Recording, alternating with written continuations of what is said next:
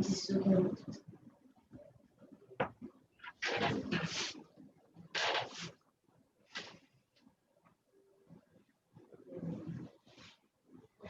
morning. Welcome back for this new session. So for this session, we'll be talking about building a resilient African free-to-air industry.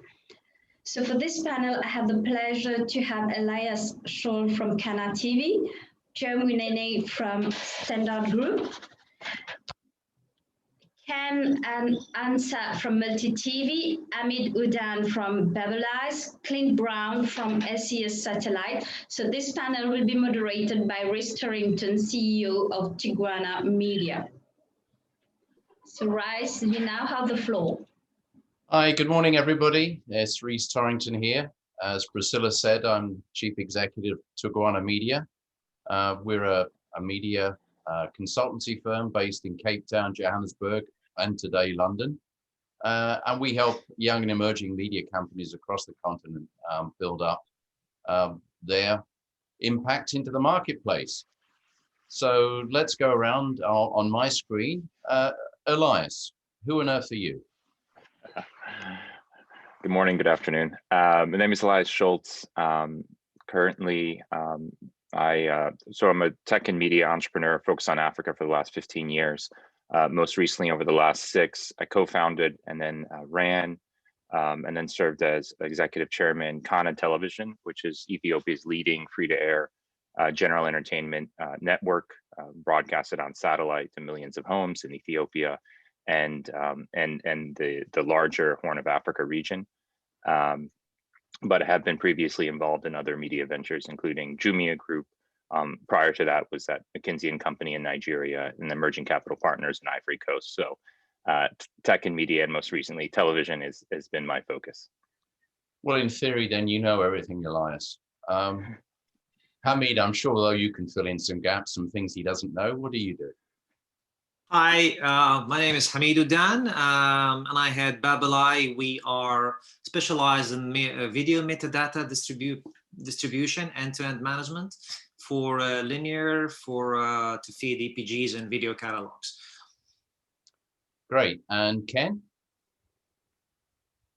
So, Ken Ansa, CEO Multimedia Group. Ghana's largest media house.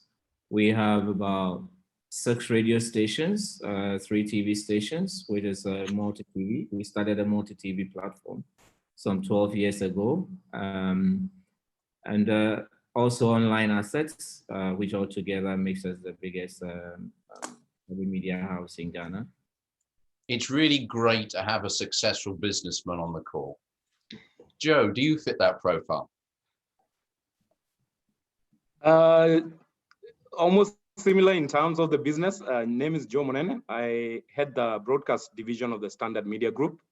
And I think the Standard Media Group almost along the same lines, multimedia, very big in print. That was our heritage, but also now big on the broadcast side, which I head, that's TV and radio. We were the first private TV entity in Kenya about 30 years ago, that's KTN. We have a 24-hour news channel, and then 2 other TVs, and then 4 radios, plus a couple of print assets.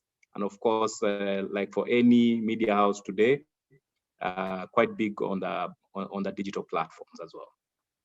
Over 20 years experience, so I think we've seen it all. Good. Well, in case we're going to draw on that experience, but another pillar of the industry is Uncle Clint. Clint, why don't you introduce yourself? Yeah, my name's Clint Brown. I'm the VP of Sales and Market Development for Africa at SES for the video business. I've been with the business for about coming up to 4 years now. I'm sad to say I have about 30 years plus experience in the telecommunications business. About 20 of that was pretty much in the satellite side of it. And as you probably all know, SES is one of the biggest, if not the biggest, distributor of video content globally, and one of the biggest in Africa. And yeah, this is going to be a really fascinating call. I'm looking forward to the questions and of not just the rest of the panelists, but the questions that come from the audience as well. Excellent. Well, that was a good link, Clint, because I was going to say to the audience, please don't let these guys get into their product pitches. Let's get some questions in there as soon as possible.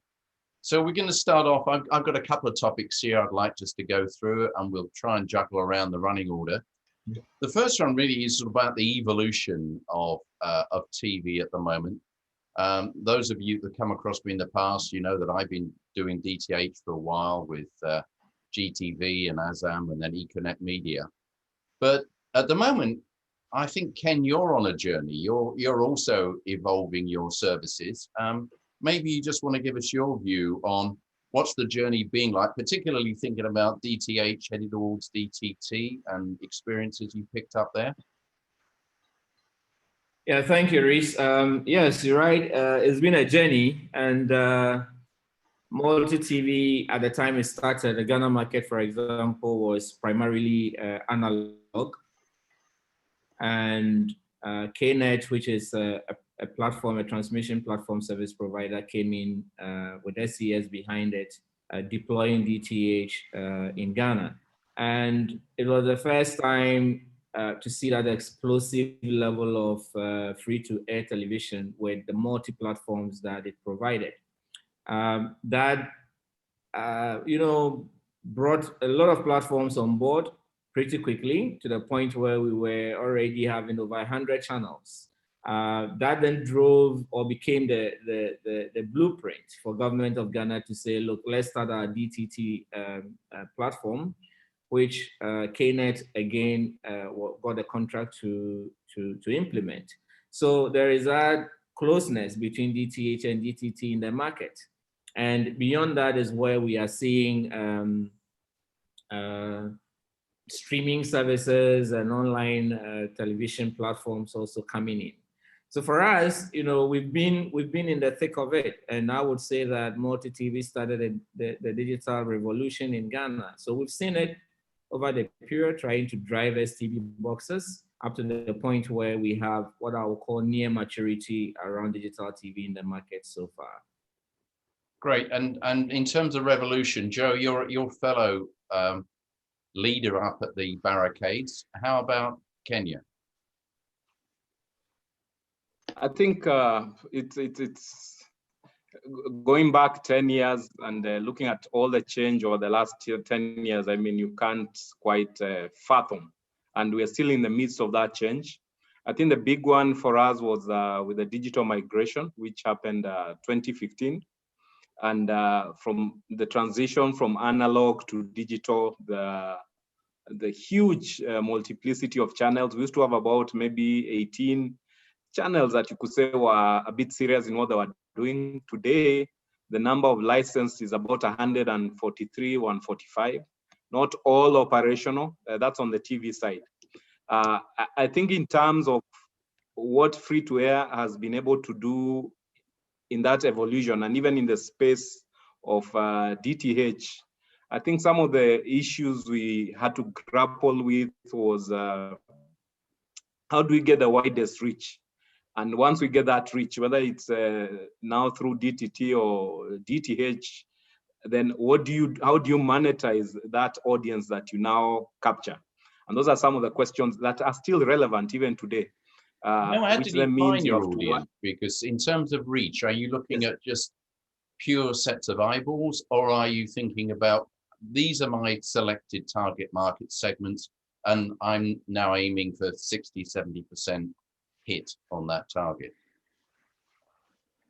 Okay, where we came from, we are a national broadcaster. So where we came from, we were looking at the entire zone of Kenya, and then the mass media aspects. But with digital, we've had to specialize in specific areas. So for example, some of our new TVs, we have a farming channel called KTN Farmers. We have a youth channel. Some 6 years ago, we launched a 24-hour news channel, and that was in response to the need to serve specific markets. So still national in outlook, but also realizing that there's been a lot of fragmentation, and to win in any specific area, you have to then zero in and try and serve that particular market. Is that something that's been challenging you, Elias? Because obviously you're in a very specific geographic region. How do you pick the content that you think is relevant? Because I'm guessing you're not getting a whole bunch of Amharic content at the moment, so you're having to shop around a bit and make it relevant to your local market. Yeah, obviously a lot of research, a lot of research to understand what the consumers want. I think when we increasingly people have gone to digital platforms, so again that threw up a new context in terms of how people want to consume. First of all, finding out what do they want to consume, and then how they want to consume which platforms. So obviously research, studies, going into social media, a lot of engagement, just to understand. Let's see, Elias, how are you dealing with that in your specific area? And then I'll ask Clint how he can help you tackle this conundrum.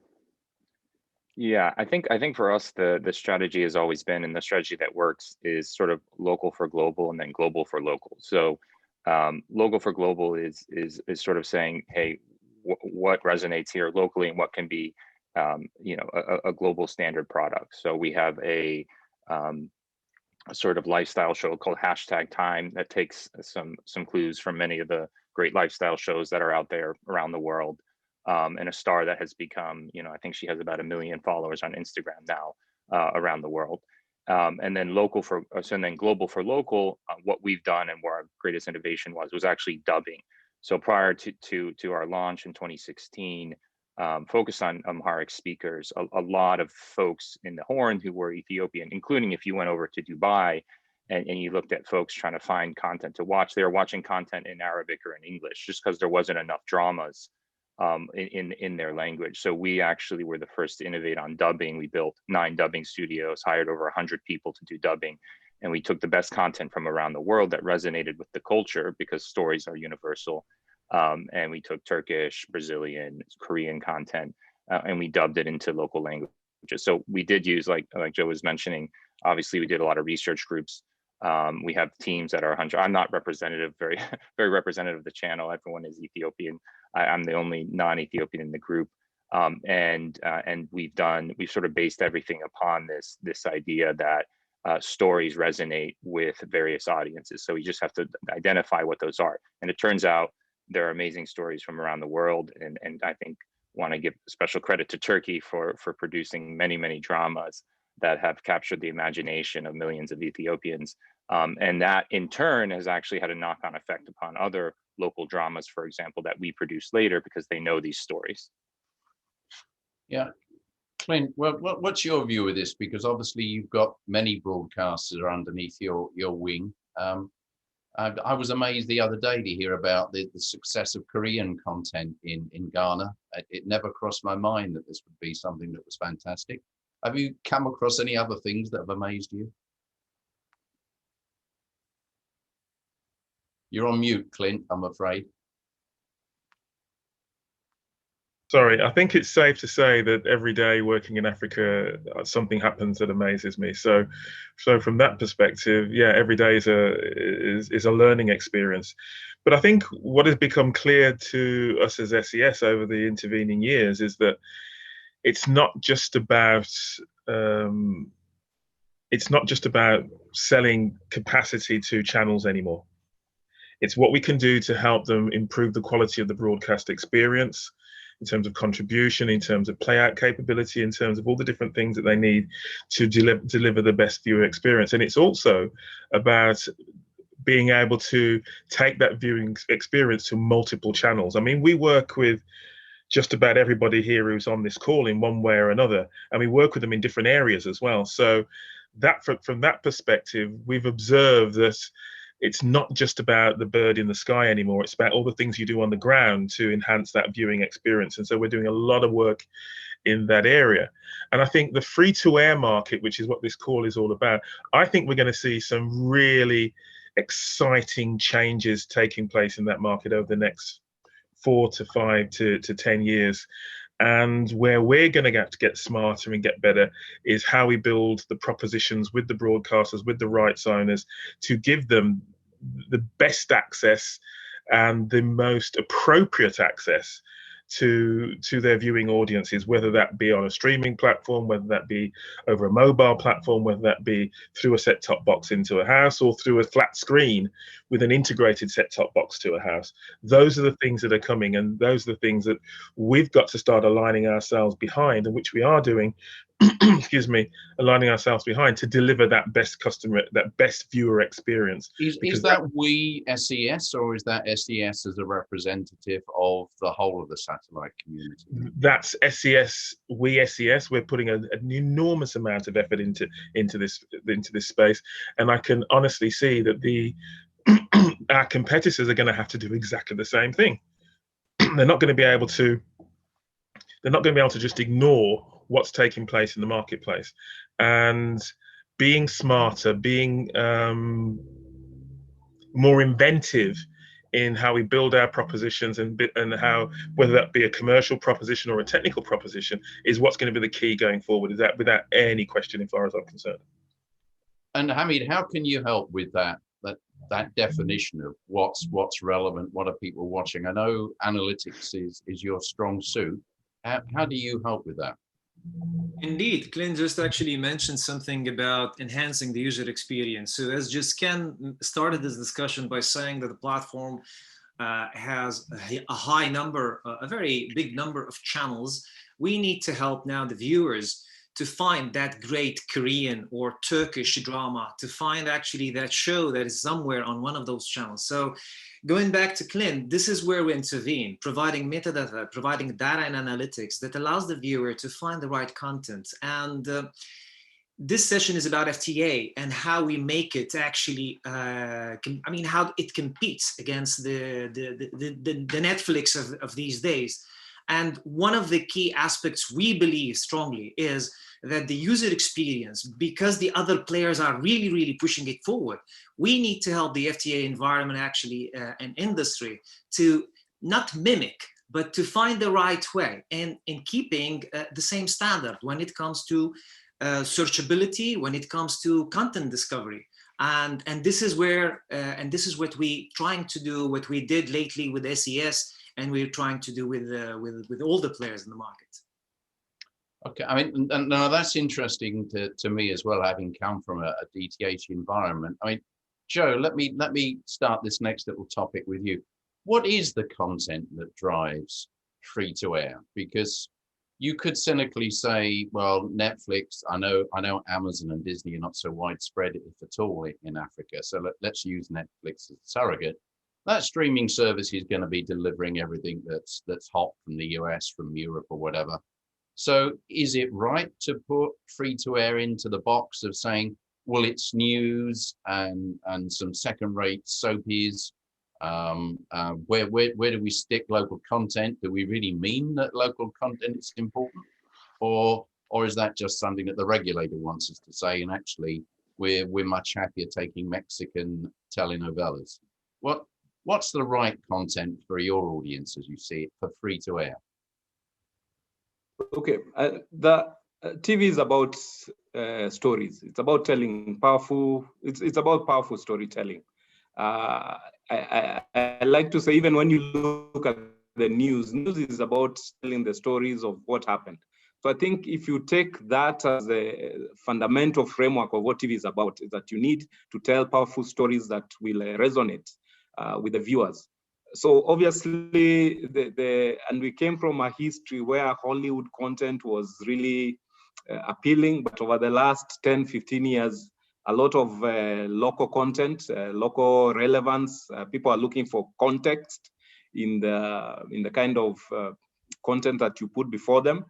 And increasingly with digital, we've now moved into very interactive, engaging content, where you almost essentially need to break the screen and reach out to the viewer, and the viewer becomes a participant in whatever content you're giving out. And for example, having a game show that is very interactive and that kind of thing.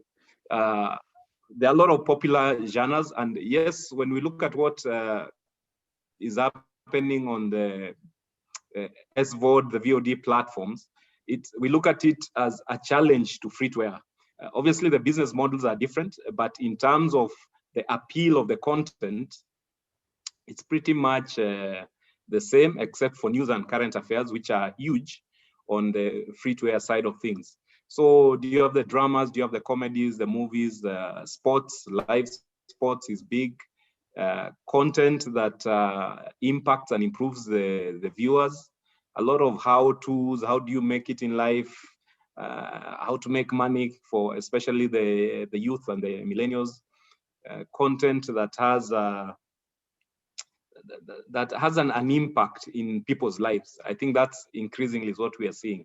But those millennials, Joe, are they going to sit and watch a linear show for 45 minutes? I mean, free to air is pretty much linear television, isn't it? And it's like going into a restaurant saying you can have whatever you want as long as it comes off this set menu, and that's it. And yet, people have been used to consuming content on their mobile phones. They're not used to ordering a meal like that. They quite like to have 3 small starters and forget the dessert. How do you deal with that? I think that's true. I mean, it's part of the impact that technology has thrown up to us. My take is that there's still a place for what I would call the appointment viewing, which was at this time, we will give you this content, but it has to be a hybrid now. Anyone who's not playing at availing their content on demand, I think we'll be losing out in a significant way. But and a lot of FTAs have morphed their delivery so that when you go to their online or social media platforms, then you find there's a lot of content after the main runs on air. So I look at it as a synchronization of both appointment viewing as well as on demand. And on the appointment side, things like news and that kind of thing, they still have their place even in this new ecosystem. But we will be challenged to what I would say eventualize, make our content events. So you eventualize your content so it's live events or specials that then are compelling enough for people to come and say, at this point in time, I want to make an appointment with this FTA channel. Yeah. Is that what you do, Ken, at Multi TV? Yes, largely so. Just to add that content is about relevance, and so that's a starting point. And so whether it is as far away as on Netflix or as close to you as a free-to-air TV that's before you at home every day, it's about relevance of that content, and also how that content is shared in its look and feel, bringing together that powerful storytelling bit that Joe just shared. Yeah. But what you see also is that free to air, to the extent that you are continuing to give people relevant content, it will continue to be there. Yes, you are seeing the competition in content from other platforms and all those. But free to air is by itself is not unique or specific to just a linear channel that is before you. It is content that you've created, but you've said, look, I'm going to make this content free to people. And I'm going to use this content to create a captive audience, which I will then sell to advertisers. Yeah. So where do you make this free content available to people? It is available as a VOD. It is available as content that you are showing on your screen or the TV, but it's also available on your online platform, for example, where on My Joy Online, we are streaming our TV content to the extent that we have proprietary rights over it. We're able to stream it 24/7. So we have a news and current affairs channel 24/7, where we stream content every time. So once you close that relevance gap, you already have that audience that say, look, we want to be with you. We want to watch what you share. If we can be with you on the screen every time, then we are with you. If we miss that, we will catch you up on a VOD, either online or somewhere that we can grab that content and consume. So yes, you bring in the dramas, you bring in the soaps, you bring in all those. I mean, we have a local content channel that is aired in local language 24/7, where we bring local content in films and traditional storytelling, telling stories about our culture and other things.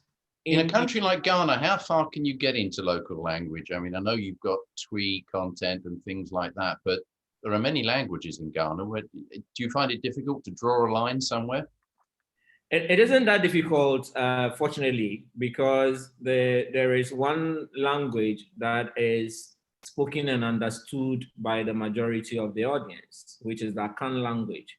And so you have a few, or I mean, it's a space that is growing. Not a few. You have quite a number of TV channels that broadcast primarily in that local language. And it is able to give you a captive audience large enough for advertisers to tap into. Yeah. Now, anyone, a university professor or whoever the case is, understands that local language. So they will switch between English and that local language as often as possible, to the extent that content in that local language is relevant and it is being told in a beautiful way with a beautiful look and feel. So that helps. Yeah. Ken, you've been doing Clint, you've been doing a lot of nodding there in the background. I'm finding it quite intriguing that if we'd been having this conversation 5 years ago, the discussion would have been free to air versus pay. Nobody's mentioned pay TV, the big DSTV star in the sky. Is that now sort of irrelevant as a competitor if people are trying to set their strategy straight? The pay TV is never going to be irrelevant because there'll always be a community of people who want to have access to a significant range of premium content at a fixed price, and that's essentially what pay TV gives you. Yeah. But as I was sort of referred to earlier on, I mean, one of the things that we as platform builders, operators, partners with the rights owners and broadcasters, one of the things we've got to get smarter at is recreating all these different environments that have been talked about on this call in what you would call the traditional linear space. Yeah. And all over the world you're seeing things like catch-up TV and stuff like that, or a time shift where it's shown either 1 hour, 2 hours, or 4 hours later. So you can make the appointment. You can make the appointment at a time that suits you, not at the time that suits the broadcaster. And increasingly, we're reaching the stage now where the viewer is becoming his own scheduler. And that's what's starting to emerge, and we're going to have to get closer to that space within the African continent. The biggest challenge that we have as far as that's concerned is the availability of robust broadband infrastructure. So again, one of the things that we're going to have to get smarter at as platform providers is how we can provide that capability within the limited constraints of the infrastructure that's available. Now, the great thing about satellite is it can go everywhere. The challenge with broadcast satellite is it's one way. So how do you actually then leverage that? So it's partnerships with companies like Bebelele. It's partnerships with set-top box providers. It's partnerships with all these different technology providers that will allow us to provide the most attractive viewer experience to the most people.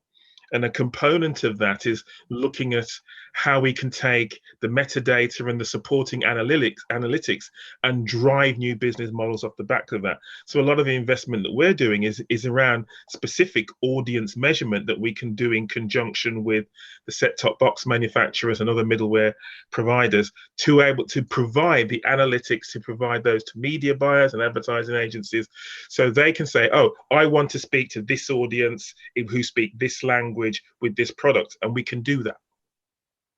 And we're actually doing test work in Europe at the moment, and we'll be launching some very interesting stuff in Africa in the coming months. Certainly for the end of this year, in looking into that audience measurement space and bringing all the bits of the analytics together to provide more richness to the advertisers and provide more richness to the viewers as well. Hamid, that whole discussion that Clint's introduced here about metadata and analytics is pretty much your lifeblood. Could you want to expand a bit on why, if they're not already, free-to-air operators really need to start getting into this stuff? As Clint said, all the efforts now is about the audience measurement, so the ad money knows where to spend their money. We are specialized on the content side, so we know exactly when the data is available, when the channels are responsive, etc., what is being aired at any time and what is being aired during a segment of time. We can, for example, say that in Ghana, for example, on one of the leading platforms, half of the series are Ghanaian production, etc. We can go to the to say, I mean, there are 2% of Turkish drama, there is 1% of Arabic drama, whatever, on a certain region, in a certain country, or on a certain platform. That is gold information for ad money. Couple that with what just Clint reported about the audience measurements. This is actually the panacea for the spenders, and this is one of the ways maybe that FTA industry can thrive or can keep up competing against all the nowadays new platforms. I mean, there's no question. Sorry, I was going to build on that. There's no question that the ecosystem is going to have to become more integrated. Yeah, it's no longer going to be customers and suppliers. It's now going to be broadcasters, operators. It's going to be integrated. It's going to be a much more integrated ecosystem, whereby there's people collecting data, there's people using that data, and that data is then being translated into programming, scheduling, advertising revenue. It's all about, at the end of the day, it's all about everything that we have to do as a community together to deliver the best customer experience to our viewing audience, no matter where that customer is and no matter how he's viewing that content. Yeah. And that adds up also to just a very simple example, the catch up, the vote catalogs that all the FTA channels are trying to have, and the catch up that is generating based on their content. If there is no good metadata within the stream, the catch up experience will be a failure. So you will have a user trying to record something on a PVR or trying to see something that has been automatically recorded, but with, I don't know, 10, 15, 30 minutes of the wrong program. So this is one of the aspects where the metadata is very important in supporting the added services that an FTA can implement. Is this something, Elias, that is meaningful to you? And I'm trying to form the bridge here between Hamid talking about content, the program, but then driving it down to the viewer, the advertiser's target. Is this something that is a journey that you can see in your operation? Well, yeah, I would definitely agree with all the gentlemen here, particularly going back to Clint's point on DTH and the role of pay TV. So in the Ethiopian context, there's just a huge amount of sort of underinvestment. We're at the early, and it's very exciting, sort of early stage of the ecosystem being developed. We look to Kenya as sort of a model for what could occur. And there you're seeing actors like Canal Plus, who we are partnered with tightly, building a multi-million-dollar, multi-year stage investment into a DTH dedicated platform for Ethiopia. And that's going to have a huge impact on the ecosystem of Ethiopian media and entertainment, right? No one has done that before. And this is, in the tens of millions of euros. And at the same time, we're seeing licenses being granted eventually, hopefully soon, to new telco operators, and that should drive down the cost of data and allow people to have access to streaming services. We just like, I think it was Joe saying, you have to have a hybrid model. So when we produce our own shows, we will put them online as well. Currently, mostly on YouTube. We have looked at our own dedicated SVOD platforms and things like that. But for now, I think more traditional means work.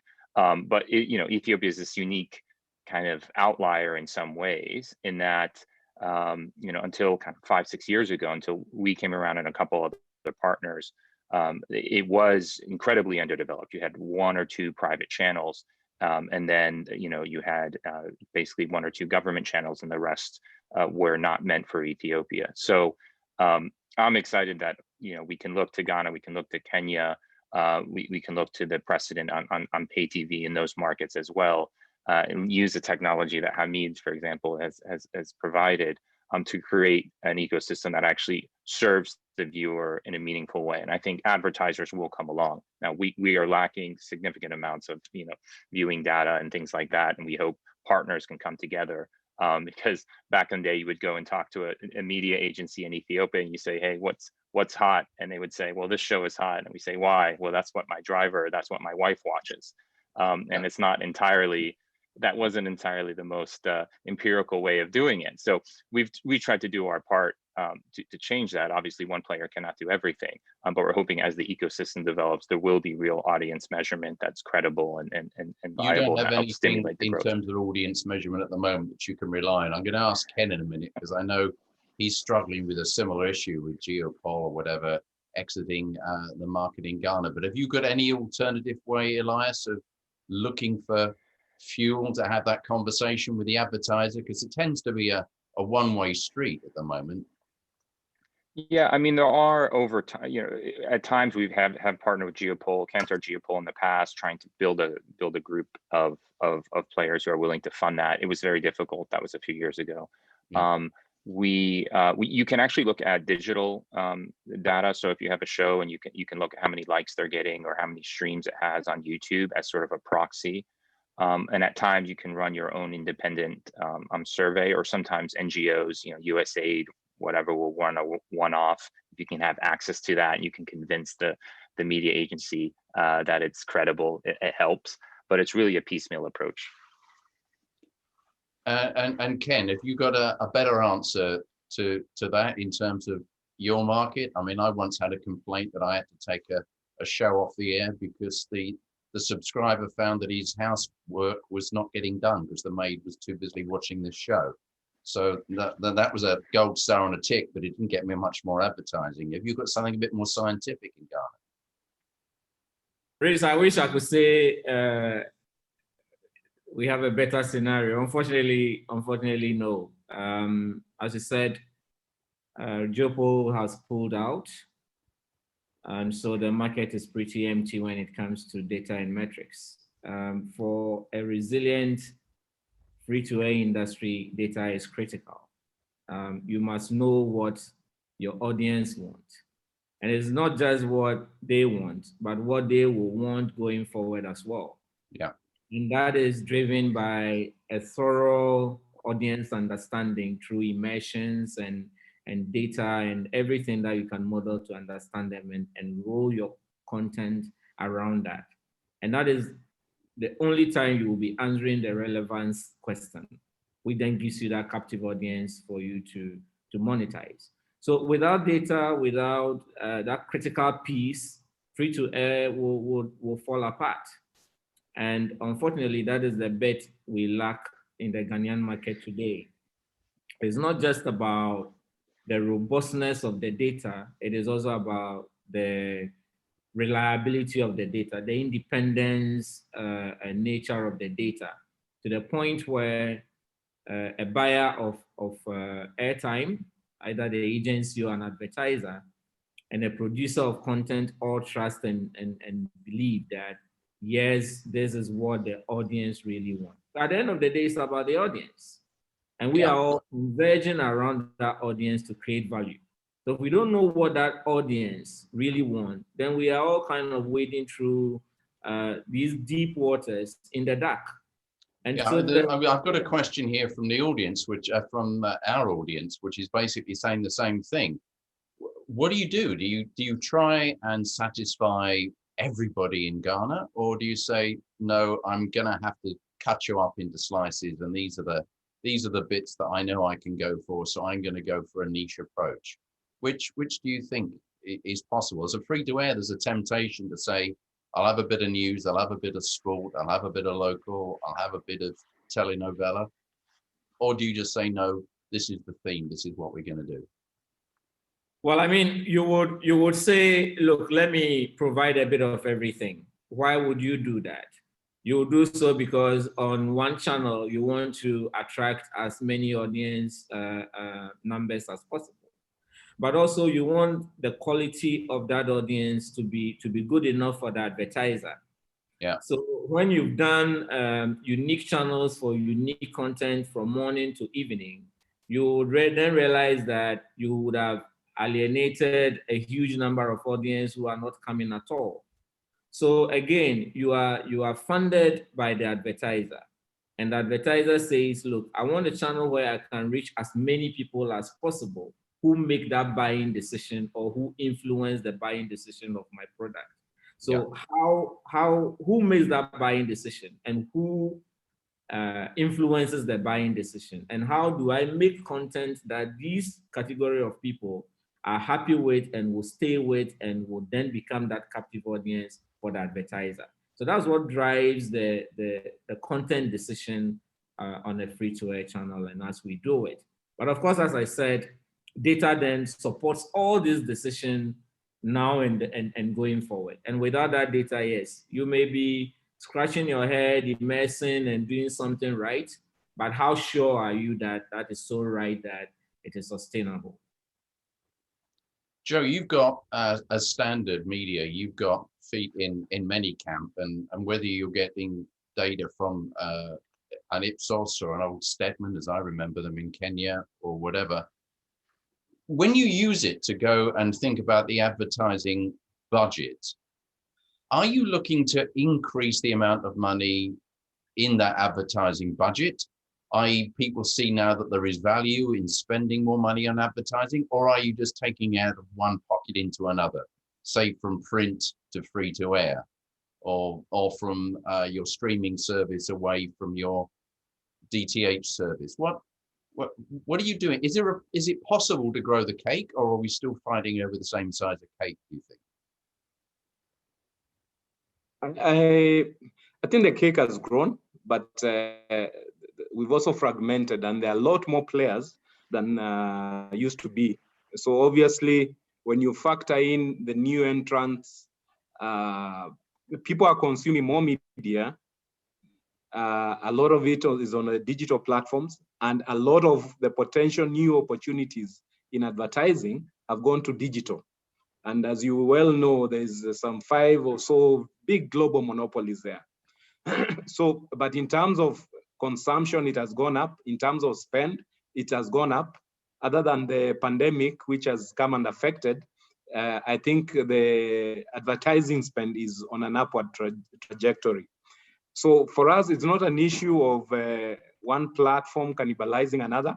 I think the moment you say this is my niche audience and you serve it well, then there's opportunity.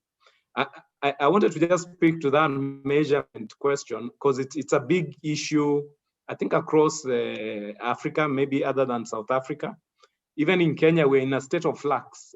Even in South Geopol Africa, has been one of the more reliable. Ipsos, and they just say, well, we know it's rubbish, but it's the only rubbish we've got, so we'll go with it. So I wouldn't give South Africa a let if I were you. It's shambles as well.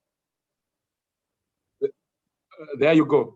So I think the opportunities and the solutions are in terms of industry stakeholders coming together. We had the research foundation, excuse me, but there were issues to do with integrity and the accuracy of the data, the relevance of the methods when you use the day after recall or diaries.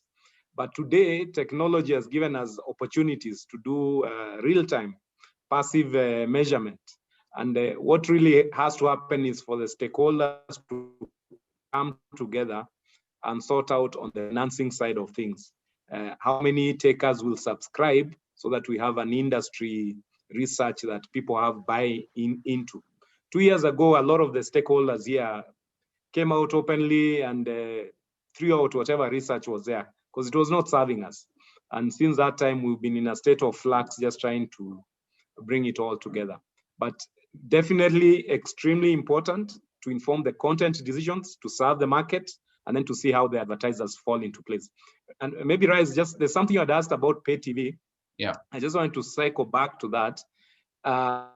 We used to have fights with pay TV where the issue was, am I giving you content or are you giving me distributorship? Then with all the digital platforms we got and the VOD platforms, we got a common enemy who has kept us all busy. But I think when we did, for example, in Kenya, the digital migration, a lot of the pay TV players were able to reinvent themselves through the DTT technology.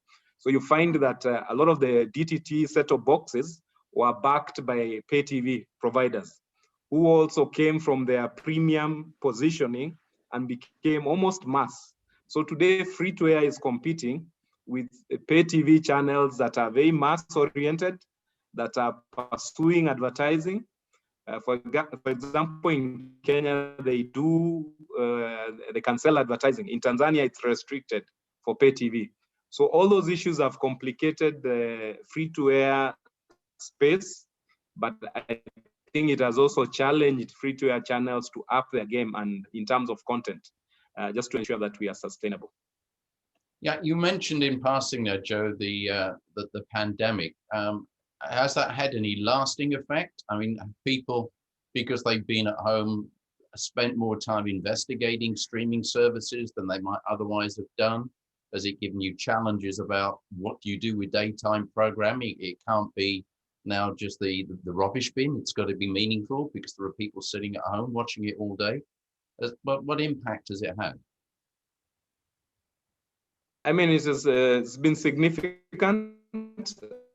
From an operational point of view, obviously we had to scale down a lot of limited social interactions. Actually, right now we are in the midst of a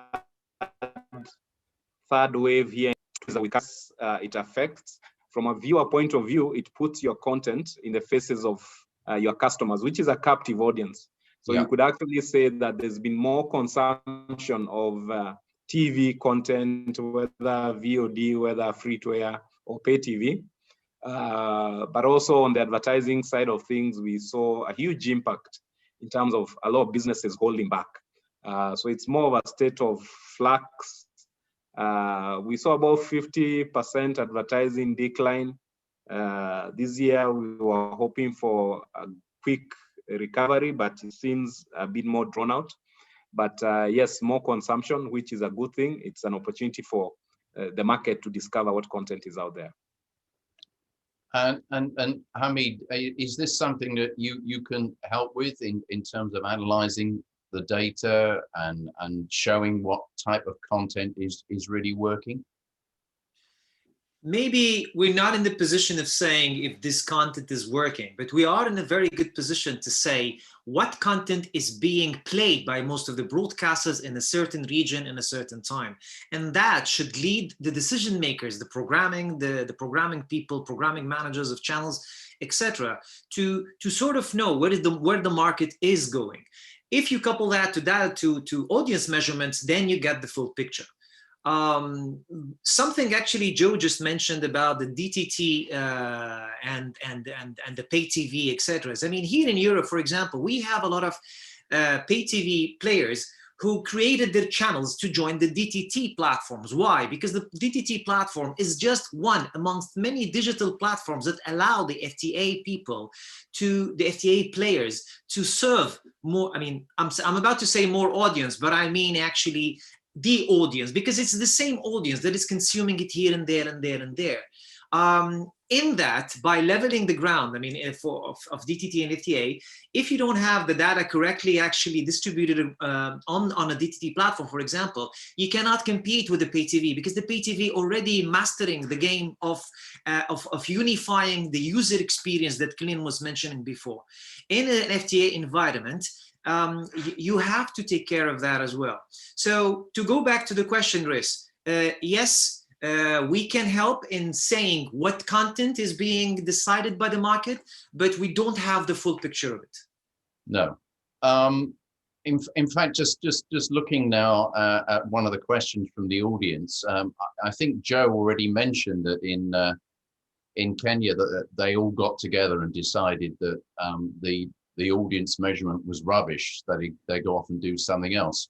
So the question from the audience is, for the other guys, Elias and Ken in particular, Are you doing anything to try and lobby to get a better audience improvement?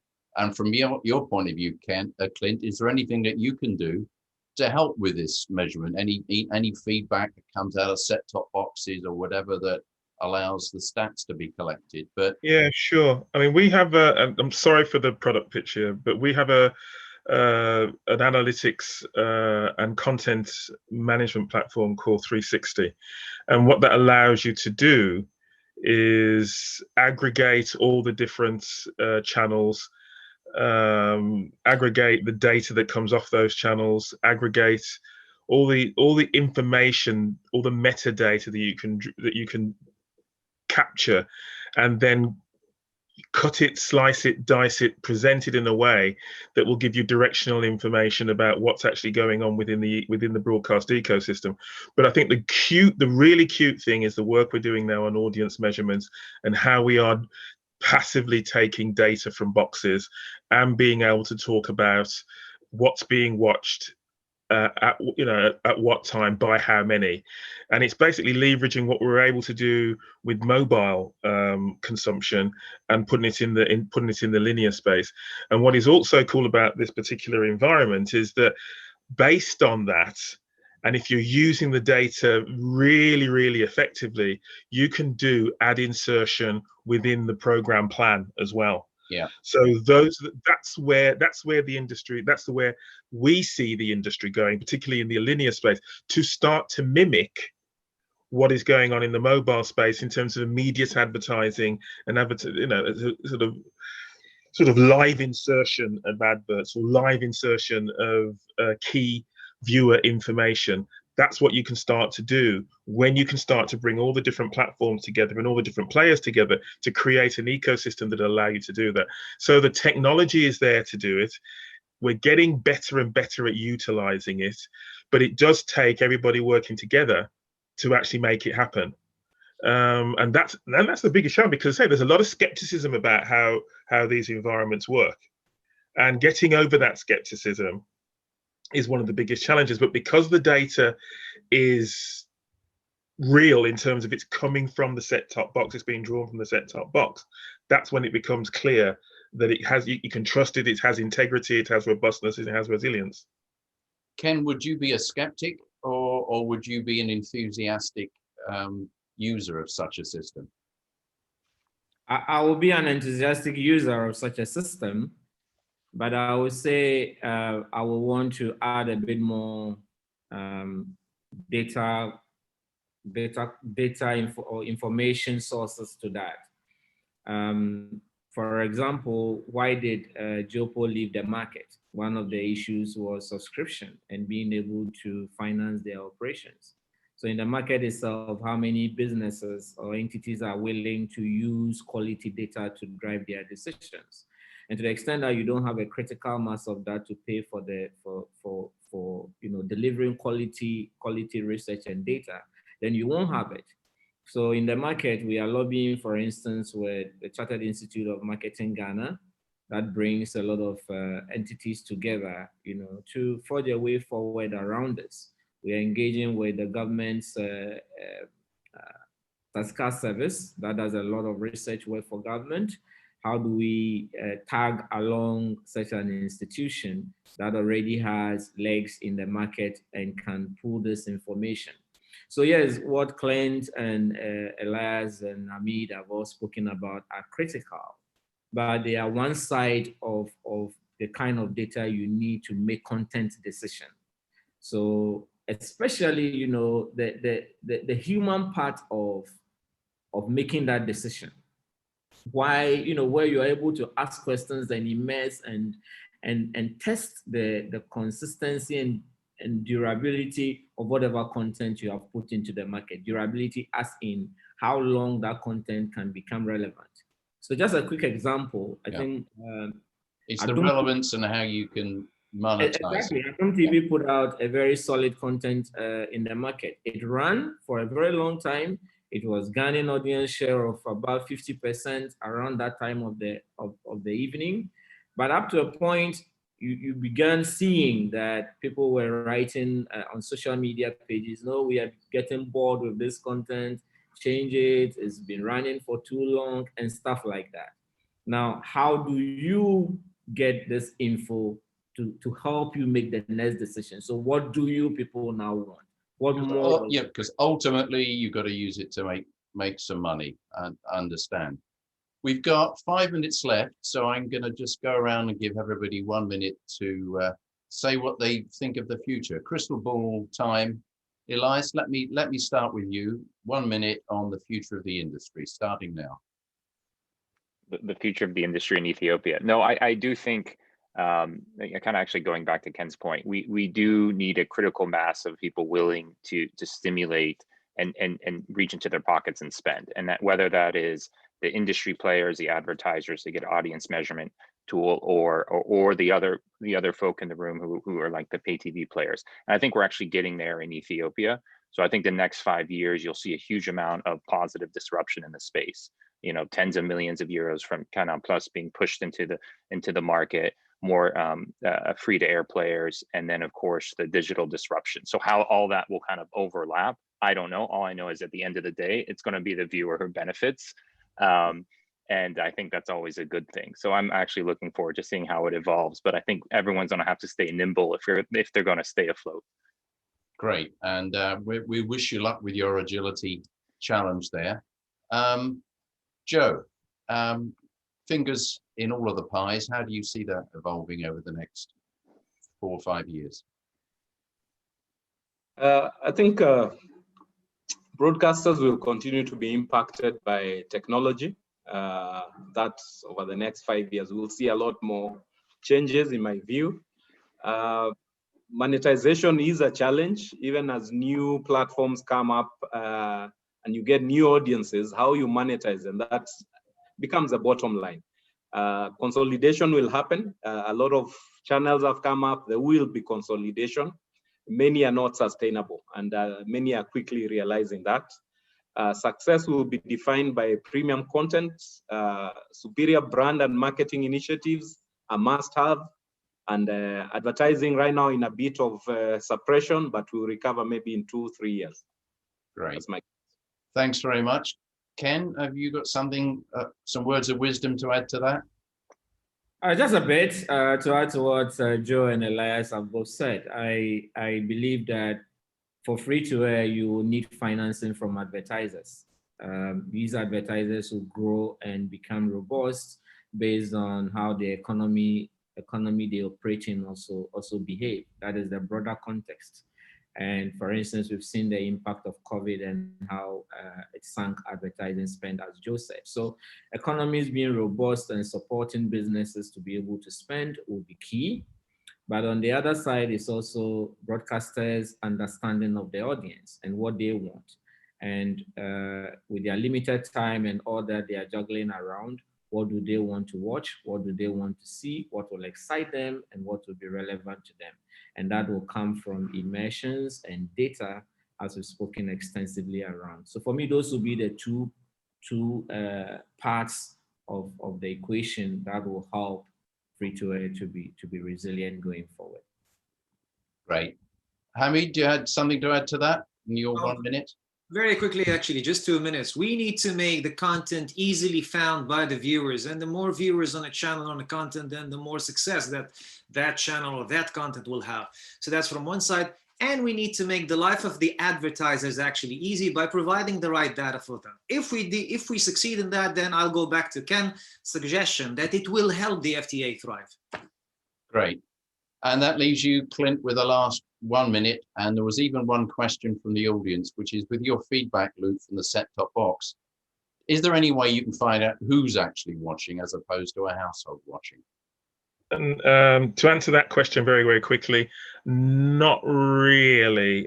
You then need the data. You need the data on who's in the house and who's watching what when, which makes it a bit more complex. But to answer your point, I think, and that's a great lead into it actually, I think the future is going to be around data. The future is going to be how much data you can gather on your audience and how you can then manipulate isn't really the right word, but how you can cut, slice, dice, re-put it back together again to give you the picture of what's going on out there. Who's watching what? When are they watching it? How are they watching it? What platforms are they watching it on? And you're going to find a lot of broadcasters, a lot of operators, platform operators like ourselves, are going to be leading the race to create the environments where that can take place. As I said, we already have our 360 platform out there, and if any of the participants in this call want to have a look at that and see how it can help them, give them competitive advantages in their particular markets, we'd be happy to share it with them. Right. But the reality is, it's a changing of the relationship going forward and creating ecosystems where you're monetizing every aspect of the value chain. Super. Thanks very much, Clint. Thanks very much, everybody. I think from that, we've moved on from content is king to data is king. Thanks to everybody, and we'll see you all again soon. Bye-bye for now. Thank you. Thank you. Bye-bye.